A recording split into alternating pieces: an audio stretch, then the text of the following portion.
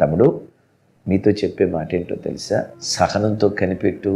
నువ్వు కూరుకుపోయిన గుంటలో నుండి, నువ్వు దిగిపోయిన ఊబిలో నుండి నిశ్చయముగా దేవుడు లేవనెత్తుతాడు. గుంట నీ జీవితం కాదు, గుంట నీకు శాశ్వతం కాదు. సింహాసనం నీకు శాశ్వతం. కన్నీళ్ళు నీకు శాశ్వతం కాదు. కృపాక్షేమాలు నీకు శాశ్వతం. చీకటి నీకు శాశ్వతం కాదు, వెలుగు నీకు శాశ్వతం. గాఢాంధకారపు చీకటి నీకు శాశ్వతం కాదు, మధ్యాహ్న కాల తేజస్సు నీకు శాశ్వతం. మారా నీకు శాశ్వతం కాదు, మాధుర్యం నీకు శాశ్వతం.